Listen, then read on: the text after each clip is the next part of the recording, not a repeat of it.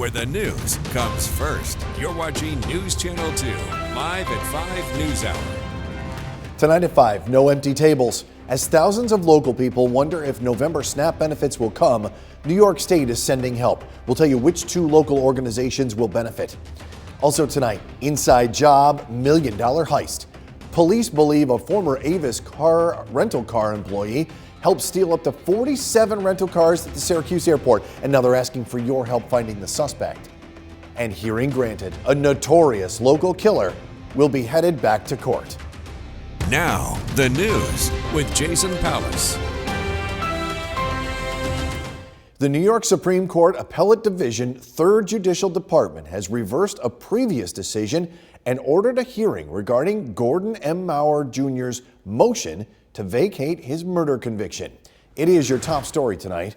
Gordon Woody Mauer Jr. claims his guilty plea was influenced by ineffective counsel and a $10,000 payment from his cousin to renounce his claims to his parents' estates. The court found sufficient grounds to warrant a hearing on Mauer's claims of ineffective assistance of counsel and coercion. The decision reverses a previous denial by the County Court of Otsego County and remands the case for further proceedings. Mauer was convicted of first-degree murder for killing his parents in 1996 and sentenced to life without parole. Mauer's appeal to vacate his conviction was initially denied by the County Court of Otsego County without a hearing. Syracuse Regional Airport Authority police are asking for the public's help finding a suspect in a $1 million airport car heist. Between June and August of this year, 47 rental vehicles were stolen from the Avis facility at Hancock Airport in Syracuse. And the investigation has led police to former Avis employee, 31-year-old Milton Thompson. Police believe he stole and fraudulently rented the vehicles throughout Onondaga County. With help from other Area 8 police agencies, many of the stolen vehicles were recovered. Several people have been charged in this case. Thompson is wanted on grand larceny and scheme to defraud charges. Anyone with information in this case or the whereabouts of Thompson is asked to call airport police. The number's on your screen, 315-455-3500. One person was airlifted to the hospital after a serious crash in Madison County. It happened last night on Perryville Road in Sullivan. Deputies say 22-year-old Isaiah Schaub of Sullivan lost control and struck a Chevy Silverado driven by 63-year-old Kevin Sullivan of Hubbardsville. Schaub's car rolled over and then hit a car driven by a 17-year-old. Schaub had to be cut out of his car and flown to Upstate Medical Center where he's in critical condition. The sheriff's office is asking that if anyone has information to give them a call at 315-366-2311. We're staying on the story of the non-working elevator at Genesee Tower Apartments in Utica. It doesn't only affect the senior and disabled tenants who live there. Imagine if paramedics had to respond to treat a patient on the 10th floor. Officials with Kunkel Ambulance say high-rise responses present challenges in ideal circumstances, but when the elevator is out, the task becomes tougher and time is tacked on.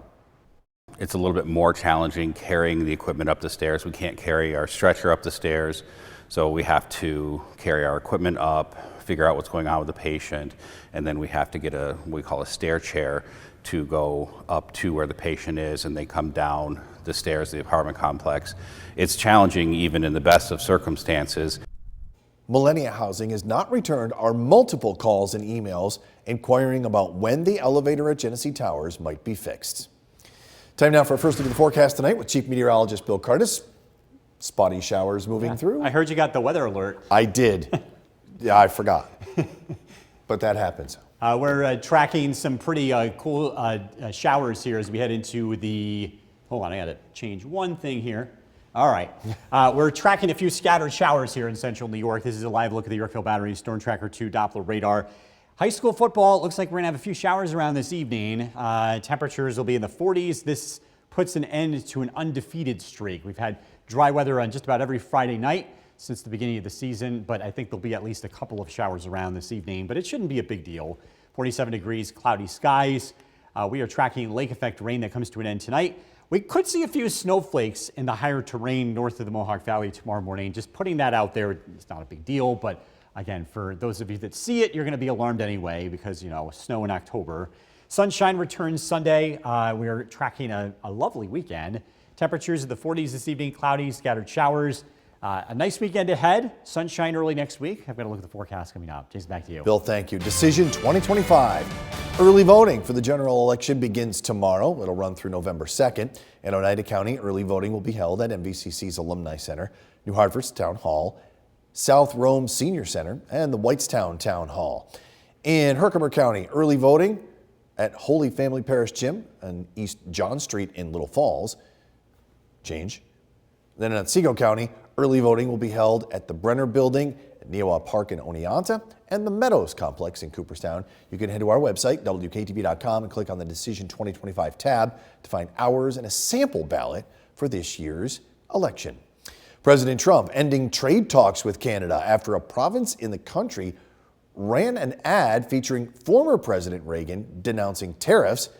Well, now the Ontario government says it'll stop running the ad, but that hasn't appeased the Trump administration, which hasn't reopened the talks yet. All of this as inflation ticks up while the government is still shut down. Ryan Nobles has details from Washington tonight.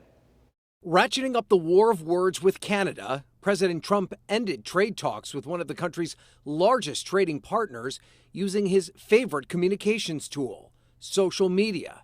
Apparently angry after seeing this Canadian ad quoting former President Reagan, which seemingly criticized tariffs. America's jobs and growth are at stake. Even the Ronald Reagan Presidential Foundation calls the ad misleading. While the ad does show that Reagan championed free trade, the ad left out that Reagan delivered the speech to explain why he imposed tariffs on Japanese goods. Administration officials defending the president. I think the frustration has built up over time. The Canadians have been very difficult to negotiate with. The Trump administration had been talking trade with our neighbor to the north over the president's tariffs on Canadian steel, aluminum, and cars, but no more, though Canada says it is willing to reopen talks. And we stand ready to pick up on that progress and build on that progress when the Americans are ready to have those discussions. The president has long been a fan of tariffs. Thank God for tariffs. Though the effects of them hurt American businesses, including contractors. Prices fluctuate too often. I do a lot of jobs, time, and material because of it. And these trade beefs happening against the backdrop of higher inflation. New government numbers show it rose to 3% in September, up slightly from August, but still at the highest since January. That means Americans paying more for almost everything, which will hit furloughed federal employees or those essential employees working without a paycheck even harder. You're trying to figure out how you're going to, pay your bills, eat. The government shutdown is now in its fourth week, and this will be the first time that federal workers go without a full paycheck. The Senate was not in session today. The House has been gone for weeks. And tonight, the president will travel to Asia to meet with another trade partner, China. Ryan Nobles, NBC News, Washington. As November SNAP benefits remain in question, Governor Hochul has announced more than $11 million for emergency food relief statewide. Locally, that means $100,000 for Feed Our Vets to buy a heavy-duty vehicle that'll let them increase the amount of picked-up donations and buy an emergency generator so they can keep their freezers running in a power outage. The Utica Rescue Mission will get about $32,000 to help buy a walk-in cooler and freezer. More than 36,000 people in Oneida County who rely on SNAP benefits to feed themselves and their families are waiting to see if they'll get November's benefits, which are in jeopardy due to the federal government shutdown. Well, it's been about a year in the making, but LL Bean has finally opened its doors at the new location in New Hartford. The district manager held an official ribbon cutting this morning to welcome patrons to the store to celebrate that grand opening. LL Bean is partnering with the YMCA of the Greater Mohawk Valley. They provided the Y with a $10,000 donation and will coordinate activities with them throughout the year. The store has been quietly open for about a week, but dozens came out to celebrate the grand opening and check out what the store has to offer. The Mohawk Valley and the greater Utica area, there's a ton of people who enjoy spending time outside. And that's what we're all about, is enabling people to enjoy the restorative power of time spent outside. So it's a perfect match. If you were at today's grand opening, you may have noticed the Bootmobile was parked outside. The store open Monday through Saturday, 9 a.m. to 8 p.m. and Sundays, 10 to 6. Target has announced plans to cut 1,800 corporate jobs. This all comes as the retailer tries to get back to growth after 4 years of roughly stagnant sales. It marks the first major round of layoffs in a decade for the Minneapolis-based retailer. The eliminated roles are a combination of about 1,000 employee layoffs and about 800 positions that will no longer be filled. Affected employees will be notified on Tuesday. They'll be paid through January 3rd and may receive severance packages. Social Security benefits are going to go up slightly next year. In 2026, Social Security recipients will get 2.8% more per month. Despite the increase, a lot of seniors say the yearly adjustments haven't kept up with their rising costs. Next year's increase is higher than the 2.5% cost of living adjustment beneficiaries got this year. However, it was a lot less than the increases they got in prior years when inflation was spiking during and after the pandemic. The annual adjustment is based on inflation, which has eased recently. Happening tomorrow, a Center for Family Life and Recovery is hosting its Fall Drug Take-Back Day. This event offers a safe way to dispose of unused medications. You can drive through to drop off unused or expired prescription medications, including sharps and pet medications. The event also provides free Hope bags with resources. Narcan trainers and Datura bags will be available to help reduce opioid misuse and abuse in the community. We understand that there is always the possibility of individuals not being able to go ahead and discard of those medications and sharps, and it can get into our waterways and it can get into the streets, which will cause harm to young people, students, families, even animals. So what we want to do is we want to create an opportunity for individuals to be able to come, be able to discard of those items that they aren't using in a safe manner. Tomorrow's Drug Take-Back Day will run from 10 a.m. to 2 p.m. at 321 Main Street in Utica. When we come back, Tropical Storm Melissa looks to strengthen that designation to hurricane. Also tonight, Hispanic heritage comes to life, I should say, at a local high school. Plus, the latest on what some are calling the heist of the century. Less than 8 minutes to steal more than $21 million worth of crown jewels.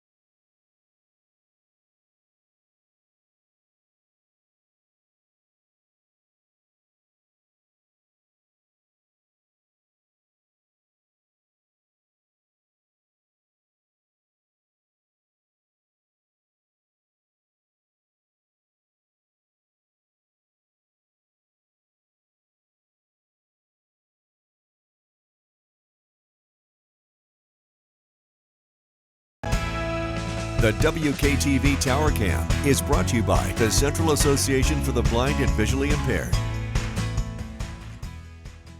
From Central New York's most dependable weather team, here's Chief Meteorologist Bill Curtis. Good evening. We've got a lovely weekend ahead. The weather should dry out, and though we have a lot of cloud cover, temperatures will be pretty seasonable. Be near 50 both days, but Sunday looks to be the nicer of the 2 days to be outdoors, partly sunny skies. Saturday looks mostly cloudy, and we could see a couple of flurries early Saturday morning, especially in the higher terrain north of the Mohawk Valley. Live look at downtown Utica. It's cloudy. It's been an unsettled day. Current temperature 47 degrees, and we've been tracking scattered showers across most of central New York. It's been on and off throughout most of the day, and we will see this continue. It's going to be a very slow demise of lake effect rain heading into tonight. Sunset time, well, today it's 6:03.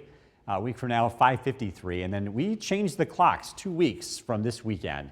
And then we're on to standard time with our sunsets around 4:30, 1 to 2 months from now, as the days get shorter and shorter.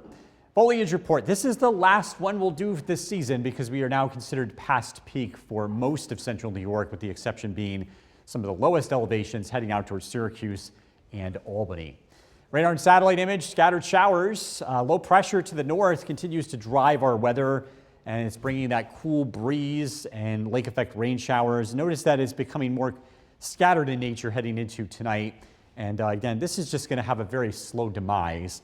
We'll see some sprinkles here tonight. Cloudy skies to start out Saturday morning. There could be a couple of flurries out there, especially north of the Mohawk Valley. A few peaks of sunshine, so not 100% cloudy the entire day, but mostly cloudy. Temperatures will be near 50. Tomorrow night, the weather starts to clear out. On Sunday, we're expecting sunshine.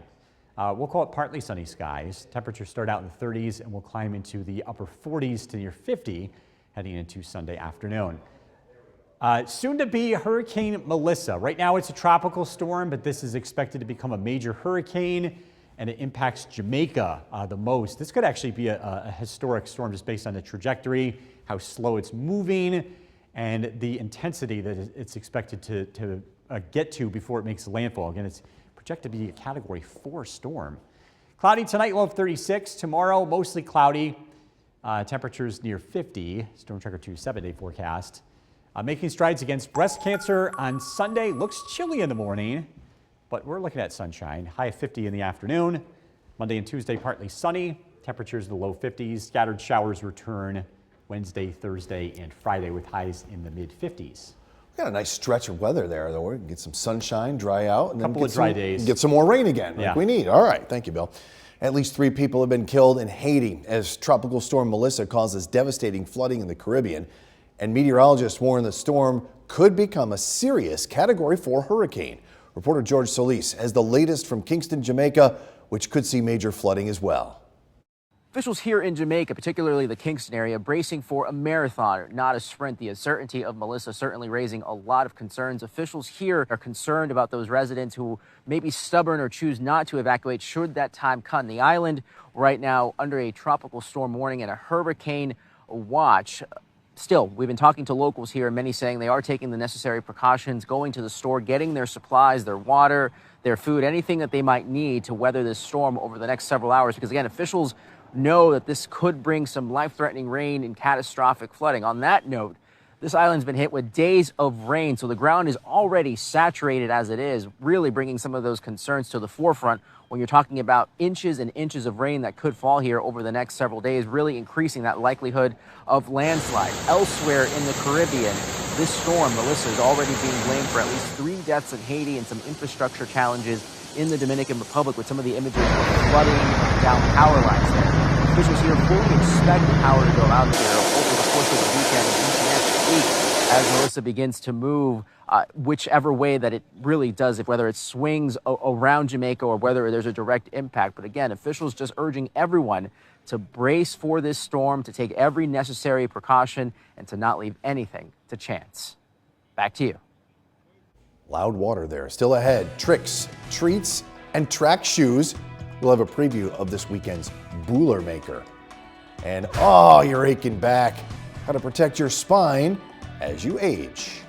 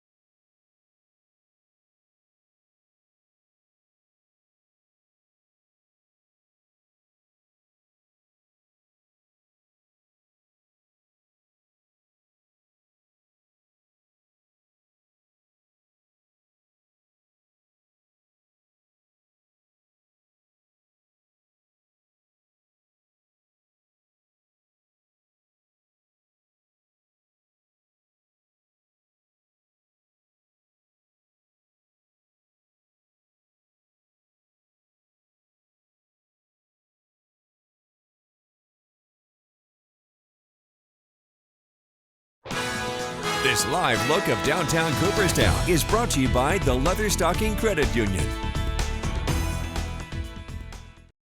It's Spine Health Awareness Month. You may not think much about your spine, but it supports your body, allowing you to move. It also protects the nervous system. But as we age, keeping the spine healthy gets harder, as it can weaken and wear down over time. Tonight, reporter Mandy Gaither has ways to protect your spine and lessen risk of major medical issues. The simple things you may take for granted, like getting out of bed or walking your dog, are all made possible by your spine. As we age, it's imperative to pay attention to how the spine actually changes. Dr. Terrence Verla with the Orlando Health Neuroscience Institute says as we age, spine health gets harder to maintain and can lead to limitations in our mobility and affect quality of life. To protect spinal health, he says have a healthy diet with foods rich in vitamin D and calcium that can help strengthen bones and keep your body physically fit through exercise and by maintaining a healthy weight. He also says posture is important. It helps keep the spinal column neutral and evenly redistributes the load in a way that can maintain a healthy spine and a healthy lifestyle. Verla says one of the most common spinal conditions later in life is degenerative scoliosis. As joints wear down, it can create a curvature in the spine. Those patients could have back pain, pain shooting down their legs, numbness, tingling, and sometimes even weakness. If you have any of those symptoms, Verla says to see a doctor, as early detection and treatment can help keep the condition from progressing. It is a reason to at least consult with your primary care provider, who can order all the necessary tests or just a simple x-ray to figure out, what's going on. For Health Minute, I'm Mandy Gaither. The MVHS Imaging Department is opening a new state-of-the-art imaging center at the Medical Office Building at 601 State Street, Suite 101 in Utica. This is starting this coming Monday. All imaging services previously provided at the Faxton campus will happen at the new imaging center as of Monday. Patients with scheduled appointments have been or will be notified of the location change. As of Monday, the imaging center at Faxton will be temporarily closed to complete the setup and transition of the new facility, with the goal of resuming limited imaging services at Faxton in the near future. Coming up, New York State's Attorney General steadfast and defiant as she appears in federal court on fraud charges.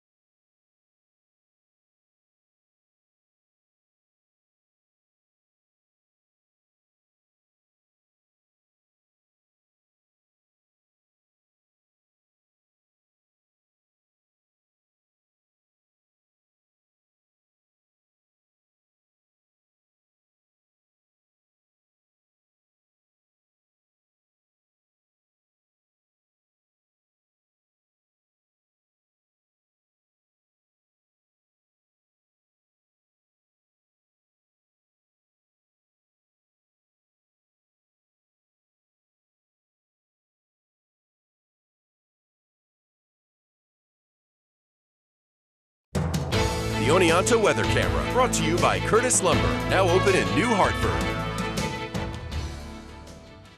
French police continue to investigate what some call the heist of the century, when thieves took less than 8 minutes to steal $102 million worth of crown jewels in a weekend robbery at the Louvre.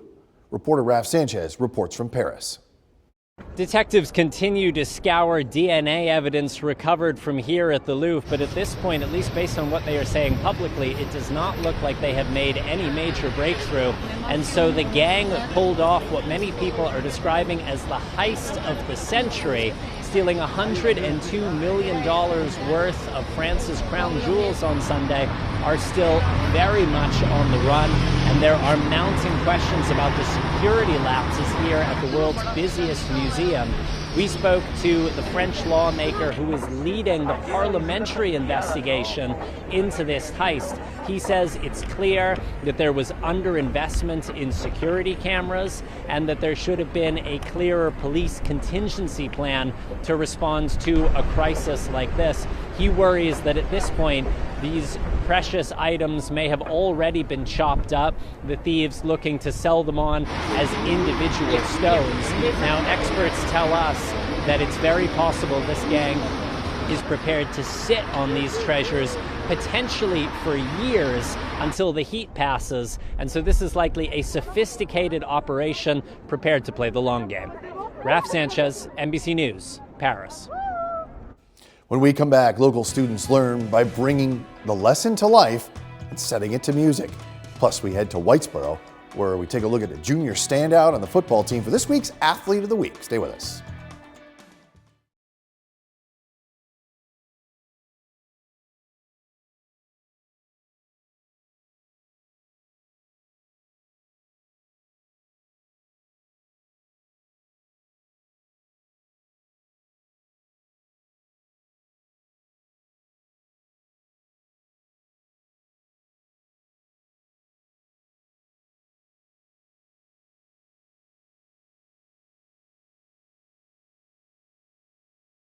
Here's tonight's lineup, brought to you by William Mattar Law Offices. News Channel 2's lineup tonight on NBC. CBS Utica.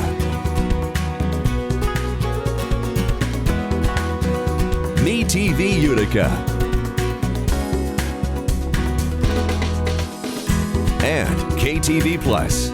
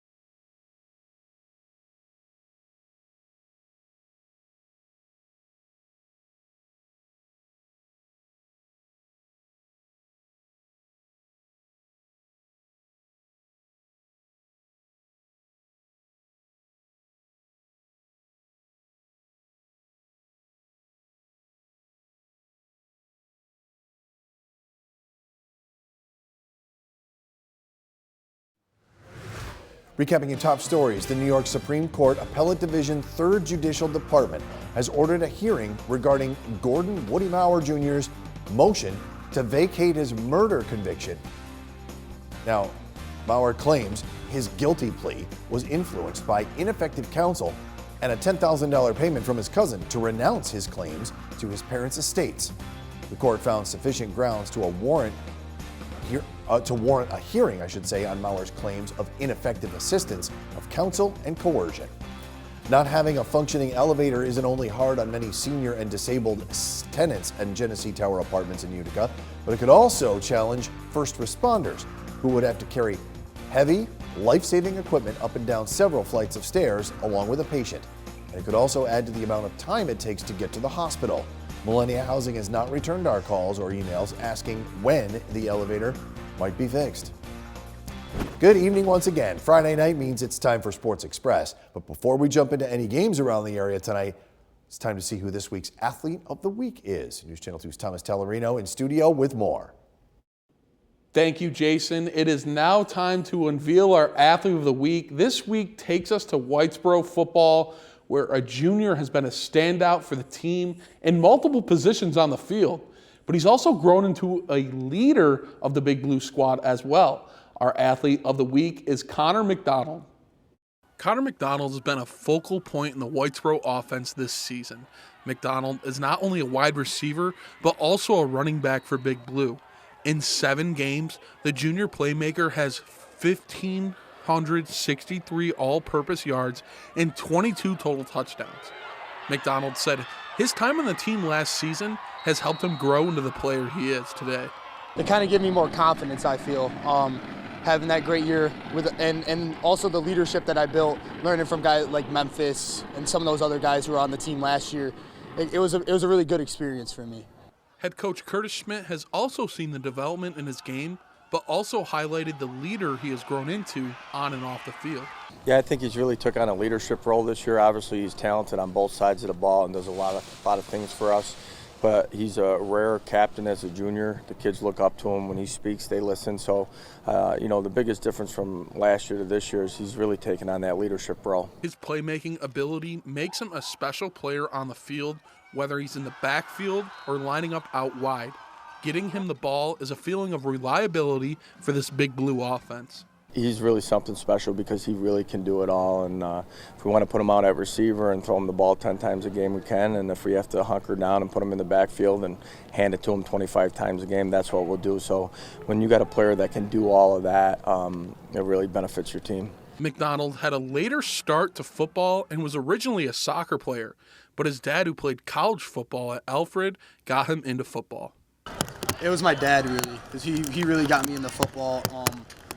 But I started playing soccer, and then in 7th grade I switched over to football, and I haven't looked back since then. Since switching from the pitch to the gridiron, McDonald has seen his skill set in soccer translate over to football. I really think it's the footwork that really that I've done with soccer all my life, and that really with my feet, and then just the endurance you need in a soccer game. It kind of brought over the football, trying to play both ways and stuff. I feel like that's a big part of it too. McDonald and Whitesboro look to capture their 3rd straight Section 3 title this season and make another deep run in the state playoffs. McDonald is thriving on the field, and tonight he looks to help Big Blue get a win on the road against Carthage to end the regular season.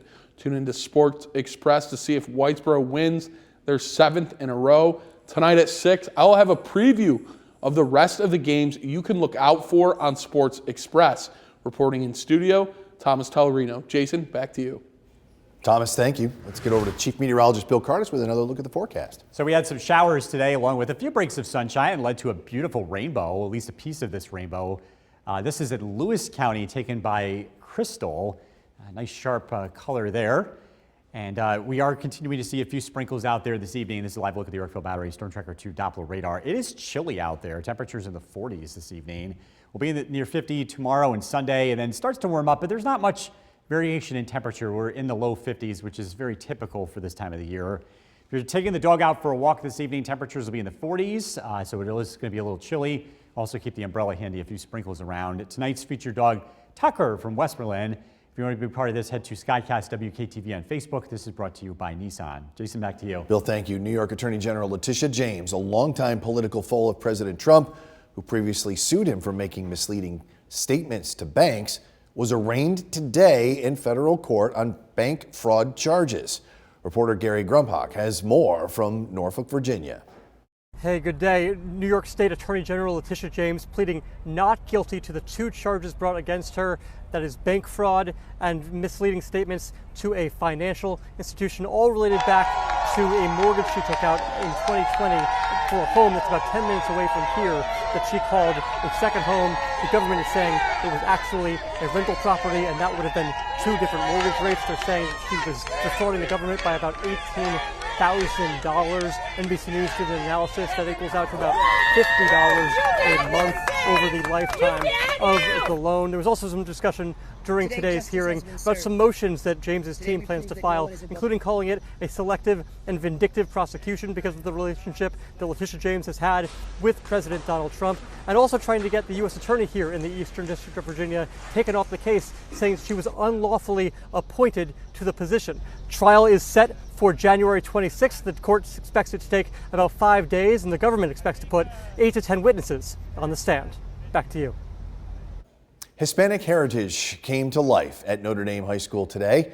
A living museum was held in the gym to help celebrate Hispanic Heritage Month. The Living Museum featured research posters made by students about influential Hispanic figures. Students have been working on the project since the start of the school year. Because, while textbooks are useful, making the lesson come to life is more fun. Science tells us that students learn more when they do projects, so I love to incorporate projects into our curriculum. It's part of learning the culture, learning the language and the grammar. On top of that project, students are also writing and publishing a book called Celebrating Hispanic Heritage. It'll be published in English, Spanish, and Italian and features stories written by the students. Happening tomorrow morning at Proctor Park, the annual Boolermaker Kids Race taking place. It's a fun run for kids with a Halloween theme. Activities begin at 9 o'clock in the morning and include bubble zone, temporary tattoos, and a warm-up for race participants. There will also be a quarter-mile, half-mile, three-quarter, and 1 mile run. The event was capped at 500 kids and has been sold out for a bit. So 500 kids, it's their first, for many of them, they're between 4 years old and 13 years old. So it's the first time they get that little thrill of competition. And running's obviously a good thing to get them interested in for the rest of their lives.